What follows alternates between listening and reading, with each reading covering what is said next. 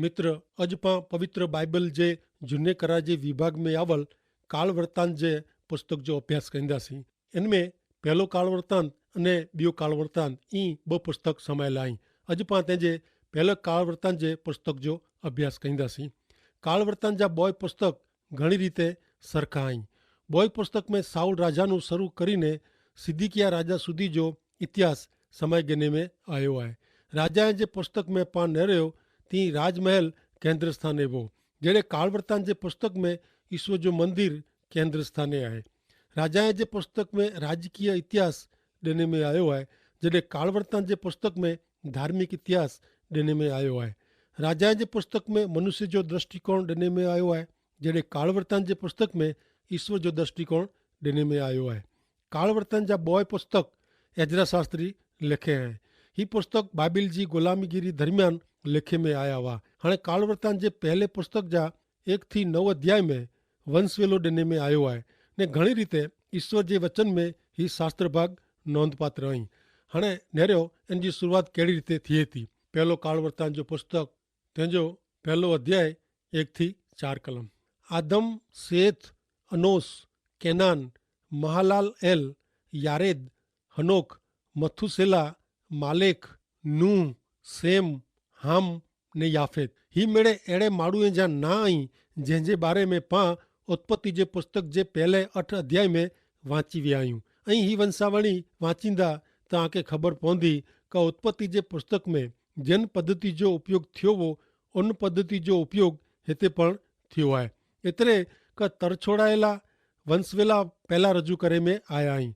तंहिं पोइ पांखे उहो वंशवेला ॾिने में आया आहिनि जेको सॼे बाइबल में जा थईने प्रभु यीशु ख्रिस्त तरफ़ अॻियां वधनि था।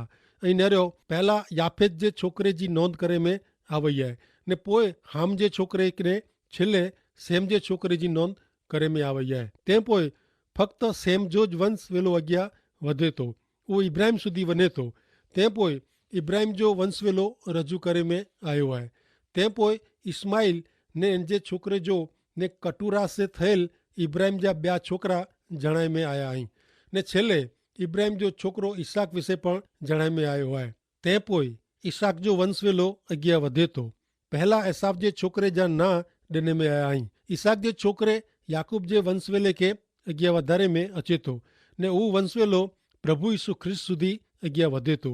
ॿियो अध्याय याकूब जी वंशावळीનું अॻियां वधे थो जेको 9वें अध्याय સુધી अॻियां वधे थो। बीजे अध्याय जी 15 कलम में पांखे दाऊद विषय राजा जे ना नयला मिले थो ने तंहिं पोइ दाऊद जो वंशवेलो अॻियां वधे थो। कारण प्रभु यीशु ख्रिस्त दाऊद जे पुत्र तरीक़े ओळखाए वारा आहिनि। त्रीजे अध्याय में दाऊद जे कुटुंब जी नोंद करे में आवई आहे ने पांखे जणाए थो का दाऊद के ॿिया छोकिरा पण हुआ जिन विषय पांखे अगाऊ माहिती ॾिने में आवई न आहे। समूएल ने राजाए जे पुस्तक में उन्ही जो उल्लेख करे में आयो न हो। पहलो काल वृत्तांत 3 अध्याय ने 5वीं कलम नेरियूं।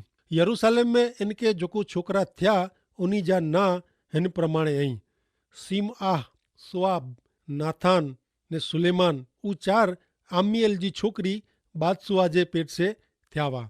कोरो ऐं सीमआह ने सुआब विषय सोयो हुयो पांखे सुलेमान राजा जी ख़बर आहे, पर नाथान केरु आहे। हाणे जे ऐं प्रभु यीशु ख्रिस्त जी वंशावली नेरियो तव्हांखे जणंदो क लूक अनुसार शुभ संदेश में नोंधे प्रमाणे प्रभु यीशु जी वंशावली सुलेमान राजा बेजा થઈને ન પણ નાથાન બેજા થઈને અગિયાર વધે હતી।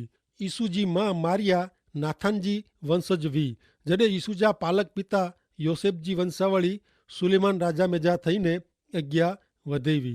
माथी अनुसार शुभ संदेश में नोंधे प्रमाणे प्रभु यीशु ख्रिस्त के दाऊद जी राजगादी ते वारसो सुलेमान राजा मार्फते मिले हो ने लूक अनुसार शुभ संदेश में पाके जाणेला मिले तो कि दाऊद जी राजगादी मथे प्रभु यीशु ने नाथान मार्फते लुई जी सगाई मार्फते हक मिले हो। ही घणे महत्व जी हकीकत है।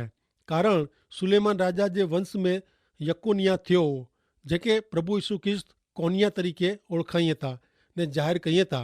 यर्मिया 22 अध्याय ने 30वीं कलम में चवता ईश्वर चवता कि लिखी रखो कि ही पुरुष निसंतान वेंदो, इनके छोकरा नहीं थिए ने सजी जिंदगी में सुखी नहीं थिए ने इन जे वंश में जा कोई माण्हू दाऊद जे राज्यासन ते वहीने ने यहूदिया में अधिकार हलाईने आबाद थींदो ન। ही माण्हू मसीह સુધી અગિયા વધંદે વંશવેલે કે ટૂંકાए વધે, જેको साबित करे तो कि योसेफ प्रभु यीशु जा कुदरती पिता हुई सके न, ने प्रभु यीशु कुंवारी जे पेट से जन्मिया होना खपे। चौथे अध्याय में यहूदा जो वंशवेलो कालेब ने सेला मार्फते अगिया वधे तो, ने चौथे अध्याय में सिमियोन जो कुल पण जाहिर करे में आयो है। पांचवें अध्याय में पा नेरियूं तो रूबेन जे कुल के रजू करे में आयो है, ने वो गुलामगिरी में वो प्रजा वही त्या सुधी वो लमाई में आयो है। पेलो काल वर्तांत 5मो अध्याय ने तेजी पहली बकलमो।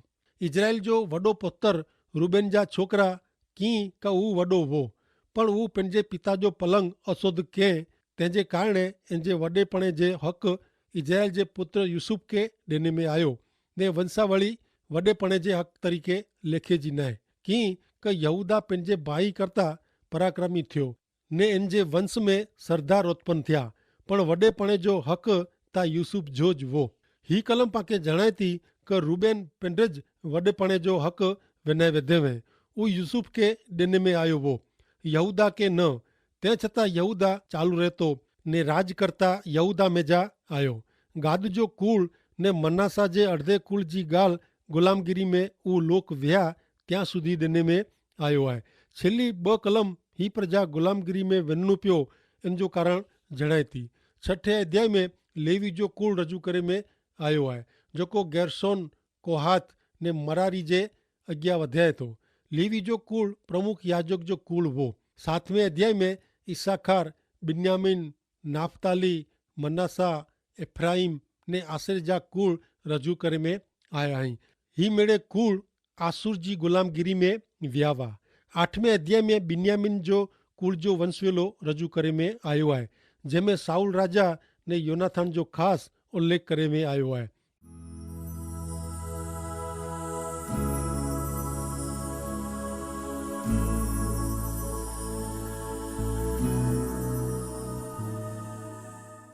नवमें अध्याय की शुरुआत वंशवेले की साचवणी विषे हिकिड़े महान विधान से वॾी सच्ची गाल से थिए थी। नेरो 9मो अध्याय ने तेजी पहली कलम सुनो। ई मेड़े इजराइल जी गणतरी उन्हीं जी वंशावली प्रमाणे करे में आवई। वो इजराइल जे राजाए जे पुस्तक में नोंधेल आई।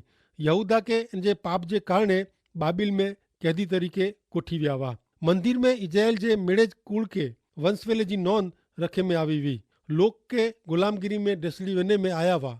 दफ्तर में हिन वंशवेले जी नोंद रखे में आवी हुई। गमे इन रीते वंशवेले के साचवी रखे में आयो है, ने इनके फेरी पाछा यरूशलेम में खणी आया। यरूशलेम में थोड़ा बचल लोग पण पाछा फेरिया तॾे उनी फेरी थी मंदिर ॿधियो, ने इजराइल जे वंशवेले जी नोंद हुते रखियो। प्रभु यीशु जे जन्म टाणे ही वंशवेलो सही सलामत साचवी रखे में आयो हो। प्रभु यीशु ख्रिस्त सुधी डोरी वेंदल वंशवेलो सचोट वो, ने जेके ऊ नेणो वे उन ला ऊ तैयार वो। ईस्वीसन 70 में जॾहिं रोमन सम्राट टीतस ईश्वर जे मंदिर जो नाश कयं, तॾहिं साचवी रखे में आवल वंशवेले जे दफ़्तर जो पण नाश थियो। ईसु ख्रिस्त सुधी डोरींदल वंशवेलो पहलो माण्हू आदम नु शुरू करीने एतिरेला ॾिने में आयो आहे कि पां जाणो कि प्रभु यीशु पहला माण्हू आदम जे वंशवेले में आया ने पिंड छिलो आदम बनिया। हाणे कोई त्रियो आदम अचे वारो न आहे। हिते पृथ्वी ते प्रभु यीशु अंतिम मानव कुटुंब जा सिरपति आहिनि। सची मानव जात में फक्त 2 ज कुटुंब आहे, आदम जो कुटुंब ने ईश्वर जो कुटुंब। आदम जो कुटुंब ईश्वर नु परिया खोवायेलो कुटुंब आहे। ऐं ने आऊं मित्र हिन कुटुंब में जन्मिया आहियूं।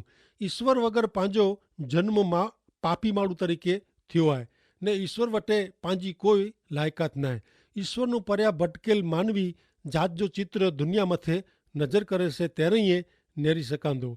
सॼो मानव कुटुंब पहलो माण्हू आदम जो कुटुंब आहे, ने आदम में मिड़ेज मरे था। तंहिं छतां मनुष्य लाइ छिलो आदम प्रभु यीशु में आशा आहे। प्रभु यीशु ॿिए कुटुंब जा ईश्वर जे कुटुंब जा सिरपति आहे। ईश्वर जे कुटुंब जो वंशवेलो जेको पवित्र आत्मा से जन्मियो इनसे शुरू थिए थो। नेरो मित्र, ऐं अहिड़ो चई सको कि आऊं प्रभु यीशु जे शरणे आयो ने आऊं प्रभु यीशु ते विश्वास कयो। प्रभु यीशु मुंहिंजा मुक्तिदाता आहीं, ने यीशु जो पवित्र आत्मा यीशु ख्रिस्त के मुला वास्तविक बनाईअ था। त मित्र અહીં છેલ્લે આદમ પ્રભુ ઈસુ જે કુટુંબ જા સભ્ય બનોતા હેન કુટુંબ में जीवन है। प्रभु ईसु यूहान 10मो अध्याय ने 10મી कलम में च्योयो क चोरता फक्त चोरी करेला हत्या ने नाश करेला अचे तो पण आऊं एतरेला आयो अहियां का उन्हीं के जीवन हाँ भरपूर जीवन मिले। प्रभु ईसु एवढो पण च्योयो का आऊं जीवन अहियां। प्रभु ईसु मानव जात के मात्र हयाती टकाए रखेर करता कंईक વધુ બનાવીએ હતા।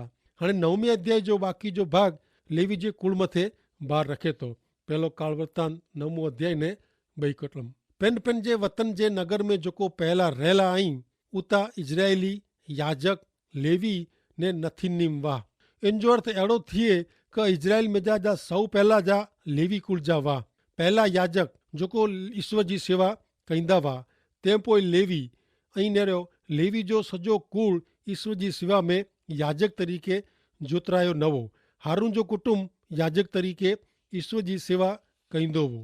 इन सिवा लेवी कुल जा लोग ईश्वर जे मंदिर जी देखभाल ने संभाल रखंदा हुआ। तंहिं पोइ पाण नेरियूं त 2 कलम में नथीनीम जो उल्लेख करे में आयो आहे। नथीनीम शब्द जो अर्थ थिए चाकर अथवा नौकर। इन विषय अॻियां 26 થી 32 कलम में जणाईए था कि 4 मुख्य द्वारपाल हुआ एतिरे क चौकियात जेको लेवी हुआ उहो अमुक कम कंदा हुआ ने देव जे मंदिर जी ओरडी ने भंडार ते संभाल रखंदा हुआ। उहो देव जे मंदिर जी आजू बाजू रहंदा हुआ। उहो उन्हीं जे हवाले में वो रोज सवार जो दरवाजा खोले जो कम उन्हीं जो वो उन्हीं में जा केतिरेक जे हवाले में सेवा जा पात्र हुआ। उहो लिखीने मेज खणी अचींदा हुआ ने लिखीने गणतरी करीने ॿाहिरां खणी वेंदा हुआ। वरी उन्हीं में जा केतिरेक के राचर चीलो तेल लोबान सुगंधी द्रव्य साचवे जो कम सौंपियो हो। याजक जे पुत्र में जा केतिराक सुगंधी तैयार कईंदल हुआ। कहाती पुत्र जा केतिरेक भाईअ के दर विश्रामवार जो अर्पण करे जी रोटली तैयार करे जो कम सौंपे में आयो हो। केतिराक लेवी कुल जा गवैया हुआ केतिराक वडील हुआ मतलब क लेवी कुल जा मेड़े पेढ़ीअ में मुख्य पुरुष हुआ ने मंदिर जी सेवा भक्ति पूजा में ही कुल पीढ़ी दर पीढ़ी यरूशलेम में रहंदा हुआ। ईश्वर पिता के आशीष ॾियो। आमीन।